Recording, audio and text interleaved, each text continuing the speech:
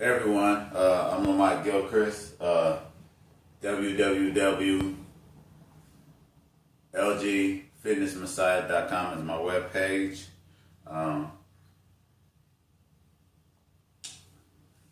LG Fitness Messiah on Snapchat and Lamont Gilchrist, all caps, on Instagram. What I'm going to do today is I'm going to give a free demonstration, or I'm going to explain how you can get into your proper biomechanic position every single time for your body before you start a exercise. I don't know if anyone has ever seen my video before, but I got some videos on YouTube that's explaining how to work out and how to do the particular things.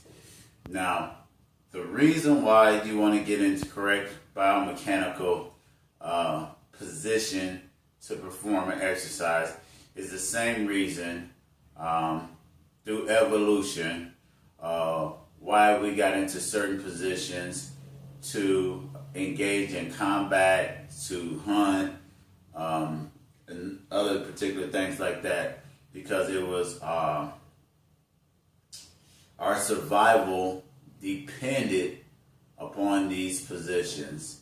So these positions, from a biomechanical standpoint and from an exercising and from an athletic or performance standpoint, is the most efficient position that you can possibly get into for yourself. Everyone could get into a correct biomechanical position for themselves if you go through this little process that I'm about to demonstrate to you. All right, on a line, and this is how I teach my clients how to do this. On this black line, there's actually a crease where the mats form when they come together. And so in this crease, I'm thinking that I'm standing on the edge of a cliff. Well, I'm standing on the edge of a cliff, and now I'm getting ready to jump off the high dive of a diving board with my feet. Once I make this position, this is the correct biomechanical position for every athletic, balancing, fighting stance that you as an individual can get into. I'm going to explain it. From my feet being part of the foundation, which is only part of the foundation, everything else is supported by my feet and the lining of ligament, tissues, muscles, tendons, bones to support my center of gravity so that I'm at my most stable base. So in this jump position, my feet are where they need to be. My ankles are slightly bent. My fibula and tibula are slightly bent forward, so that my humerus and the condyles of my knees are slightly bent, so that the connective joints of my ankles are slightly bent. Tendons, ligaments, muscle, cartilage, and all those things are engaged. Bones, same thing at my knee point, bone over bone, or my condyle, my meniscus, my MCL, PCL, ACL, tendons, all the ligaments and ligaments that attach at my knee are engaged, along with the muscles that run down on my iliotibial band and all the other things. At my hips, when I do this, you're ready to jump, my hips rotate backward. So my hips are rotated backwards. I'll do it at this angle so you can probably see. My hips are rotated backwards. So when my hips rotated backwards, that means my pelvic and the iliac crest of my pelvic and all the attachments to my gluteus maximus, minimus, quadratus, all my abducting and abducting muscles are engaged. And now my apparatus of my stomach and apparatus of my back are ready. So then from my lumbar region, which is connected, is engaged, has a natural curvature to my thoracic, to my cervical spine, is all in the proper ligament, muscle, tendon, rotator muscles, lats, rear delts, tear major, minor, rhomboids, quadratus, obliques, external internal rear bursa, scapula, infraspinatus. All the muscles are engaged. Now my hands are engaged. So this is the correct posture that anyone wants to be in before they're about to exercise. No matter if you're doing a sit-up, no matter if you're laying down, no matter if I'm doing a shoulder press, same thing. I built my jump position. Again, get my feet wide so I got my base.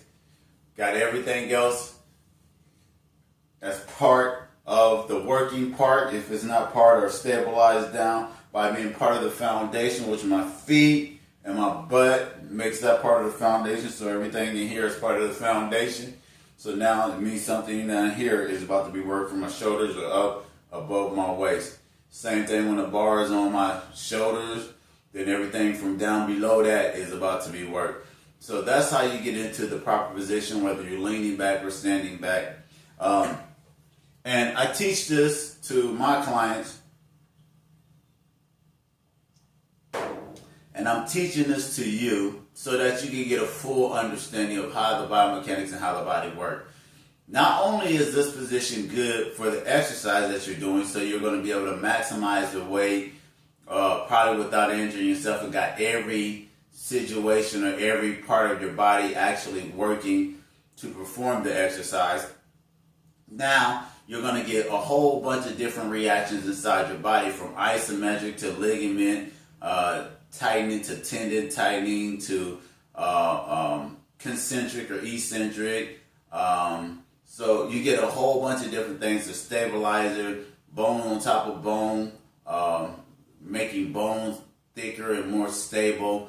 You're going to get a whole bunch of benefits that I could just keep rumbling off benefits and benefits and benefits, and you're working this when you're working this and everything else, and tell you, because I analyze from head to toe what's going on in athletes or in my athletes, or when I'm exercising or when I'm performing something particular, so that I have an understanding in every area of what it is that I'm doing. I have an understanding of what it is that I'm doing to some capacity, so that, you know, when you are searching for truth and enlightenment and trying to improve, you look at every little corner to make sure that you don't assume, or to make sure that you don't make the mistake and just rush through the process and don't understand how to reproduce or the full understanding of the process.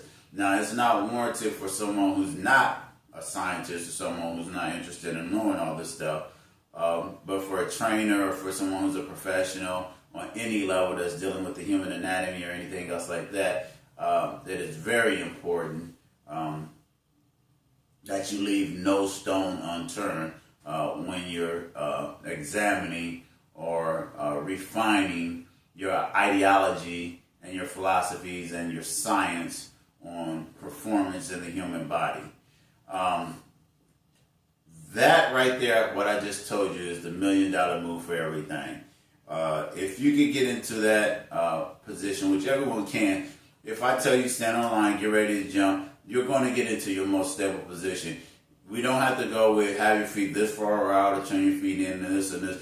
I skip all of that because everybody is not the same. Biomechanically, some of us are pigeon-toe, bow-legged, and all that other stuff. And it's not important that you fit how I fit or you look how I look. What is important is that you are efficient and that you're in your most efficient and most safe and most ready to perform stance. And in doing so, you activate your whole body along with your mind, along with the neurotransmitters, along with the isometric part of the muscles and everything else like that.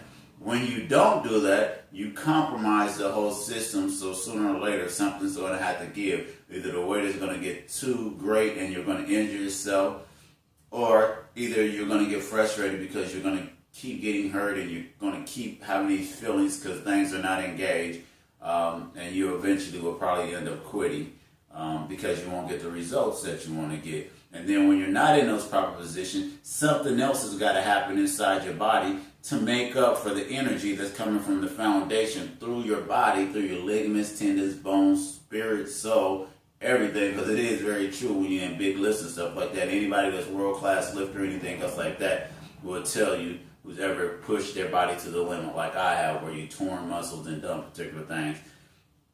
The spirit of the lift and the foundation and energy comes up through your stabilizing the bar, the room, everything. That's why people win home games and basketball games. This is true. Just because someone of a caliber with a human or a limited intellectual understanding, because of lack of other things besides melatonin and everything else, they're not spiritually connected to everything, because they don't have the right of knowledge or passage of knowledge that has been lost, doesn't mean that this knowledge and these things do not exist, because it is true. Anyone who said they believe in any type of belief system or religion that's a higher supreme amount of believing, understand that in being supreme means that there is a greater knowledge. So if there is a greater knowledge, and we are all limited to the knowledge that we have, we keep searching in the knowledge of ourselves and in the things that bring us more enlightened or closer to this greater knowledge.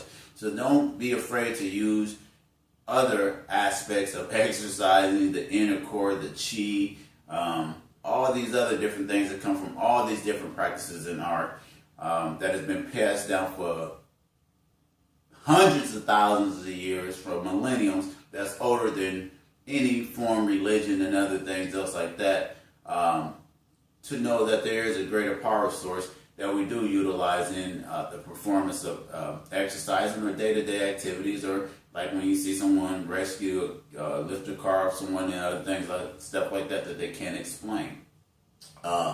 I hope this helped. I hope you have an understanding of why we do these particular things and why we get into these particular movements to maximize our exercise potential and to maximize our growth and our overall ability to better ourselves when performing or doing whatever it is, from a lifting to an athletic or sports